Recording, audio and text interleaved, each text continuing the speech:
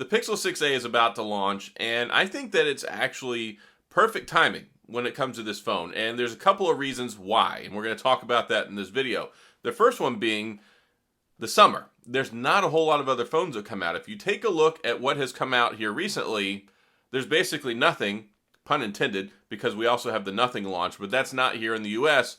But also, the Pixel 6a is going to be more global than previously. It's going to be in India, which there hasn't been a Pixel phone there in 2 years, and I believe it's launching in 13 markets, whereas the Pixel 6 launched in about 8 or 9. So they are making progress in that regard, but summer's a good time, especially since there's no more LG. LG would historically launch their phones around the April-May timeframe, so now that's been quite a while. We had the S-Series phones launch at the beginning of the year, late January, early February. Then right after that, we had the OnePlus 10 Pro not too long, and kind of a lull. There's not a whole lot going on in the summer, and I think typically the summer is not the best time to launch a phone. Right now, views are down across the board all over the place when it comes to YouTube because people are living their life. They're outside. They're absorbing some vitamin D from the rays of the sun, and as they should be. There are more important things to life than watching YouTube videos. So I get that. And it's probably best not to launch something like the iPhone in the middle of the summer. It probably won't do as well. People are spending more money on gas to go places. They're doing summer vacations. They're just doing a lot of different things that isn't typically buying an expensive phone. So I think the timing is good coming out in the summer because there's nothing else around it. And then also, it's before the iPhone comes out, it's before the Samsung foldables come out, it's before the Pixel 7 and 7 Pro come out. And I've actually argued for a while that the Pixel 7, or the main Pixel phone, should come out during the summer. I think it's not good business to come out at the end of October. Why? Traditionally, around the August-September timeframe, you had the Note series phones, and now we have the Flip and the Fold phones. That's not a good time to launch stuff. That's where the interest is at. Those are some of the most exciting phones of the year. And then a couple of weeks after that, end of September, early October, we had the iPhone, which is the biggest selling one. So if you're launching around those guys, why would you want to be third string? Why would you want to be the second fiddle? Why would you want to be the next man up the rope or the ladder? You don't want to be that guy because the other ones have already launched. So most people are not like, okay, let me see what Samsung has to offer. Let me see what iPhone has to offer, and then, okay, all right, I'll go ahead and get the Pixel. No, you want to come out and you want to spend the money on the marketing budget. You want to make an amazing phone, and you want to get it out before those guys. Make the buyer make a decision about whether they should think about getting and waiting for the iPhone. Don't make them wait for you. Give them the product up front, and then make them make a decision. And I think that's the best way to go, and they at least do that with the upcoming A-series phone. And also, so timing, I think timing is good. It gets out there before that. People have already come and gone when it comes to the iPhone SE 2022, and largely, the sentiment is not very popular on that phone. I get a lot of the arguments, but I think it's a fantastic phone. I'm back with my SIM card in it. Again, I took the SIM card out of my iPhone 13 Pro like 2 weeks ago. I love the iPhone SE. Call me crazy, whatever. I like the phone. And I think there's a lot of people that do like the phone. And funny enough, the iPhone SE 2022 is probably going to sell as much as the S22, 22 Plus, and 22 Ultra combined. So for people who think that the phone doesn't have a place, it really does. And yes, I will be making a video about the iPhone SE 2022 and the Pixel 6a once mine gets here. So, first thing, timing. I think timing is right. 2 is the price. $449. Now, I have contention here because when you look at our good friend the Pixel 6, it's a $599 phone. So if you just straight up look at manufacturer's suggested retail price, MSRP, $150 difference. Okay, if they launched at the same time, that would be a better thing. But the problem is if you count back 9 months, that's when this phone came out. So that means that there's a lot of places you can get them for free with carrier deals. You can get them with activation discounts like with Best Buy. There's a lot of ways you can get this phone cheaper, especially if you look at even Amazon Renewed, you look at Swappa, you look at eBay, you look at Recertified. There are a lot of ways that the Pixel 6a and the Pixel 6 are very, very closely aligned in price.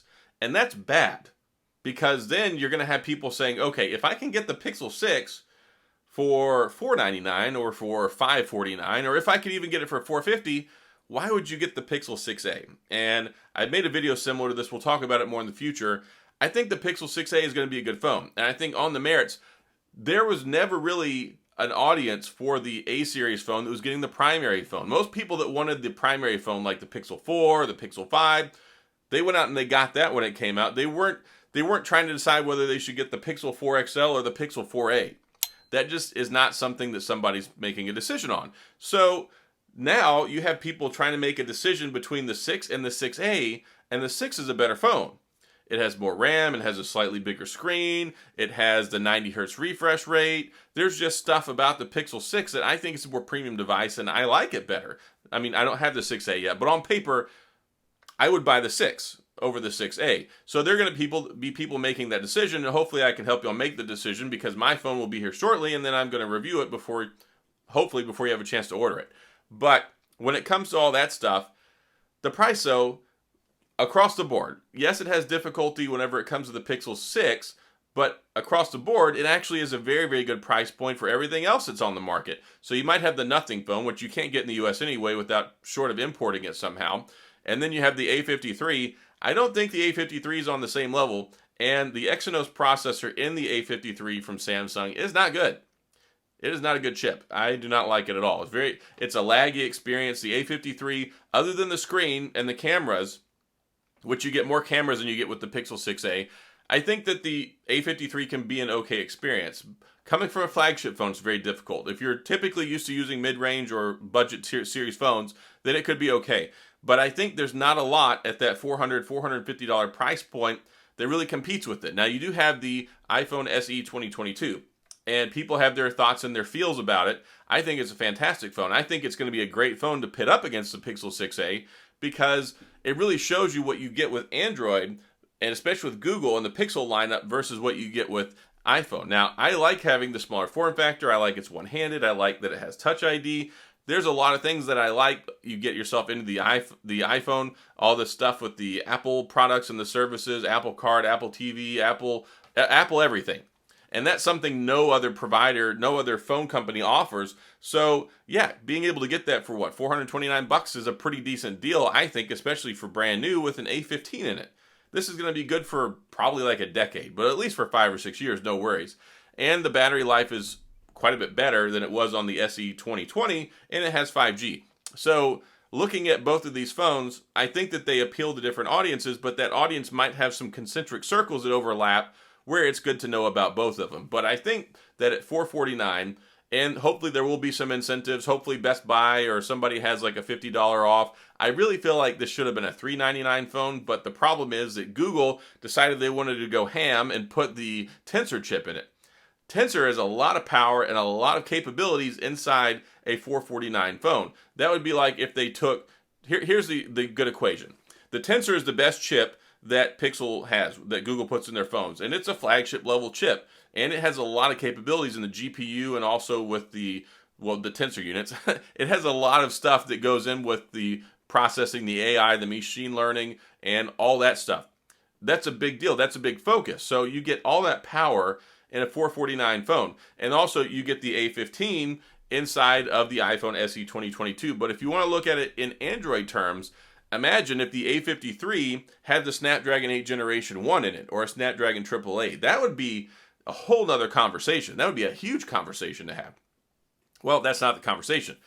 Theirs has a cheap rinky-dink Exynos chip in it. So I think the Pixel 6a, I think the timing and the seasonal opportunity is right. I think the price is mostly right. It's right on a global scale. I like that they're pushing it out to other markets. I'd like for them to announce when it's going to be in some of those markets, because I do have people that are curious about that. But I hope that the phone performs well. I think this is a good time for it to come out. And especially if you look around economically, globally, financially, things are not that great right now. They're really not great for a lot of people. So I don't think as many people are looking at $1,000 phones, looking at a $400 phone, something that has the name and the backing of Google. It has all the software updates. You're going to get 3 years of operating system updates, 5 years of security patches. You get the Pixel camera. Yes, it's the one from yesteryear, but that's still a very good camera. And combined with Tensor, I think it's going to be more surprising than people think. A lot of people are writing it off, and it's actually funny because I have a lot of people who are saying, oh, no, it's okay. I don't care about the camera. I'm fine with them using the same camera 4 or 5 years in a row with the Z Flip. But then it comes around the Pixel and the $400 phone, and people are like, no, I'm absolutely not buying this phone because it has the last Pixel camera in it. And I'm like, that Pixel camera is way better than the one that's in the Z Flip, but Okay, I get it. It's different people, different audiences, but it's just funny. A lot of the comments and the conversations that I get with people, I'm like, okay, sure, if that makes you happy. But anyway, I do love the comments. I love when everybody takes the time to offer in interject their commentary and their opinions and their thoughts and feedback. That's what this process is about.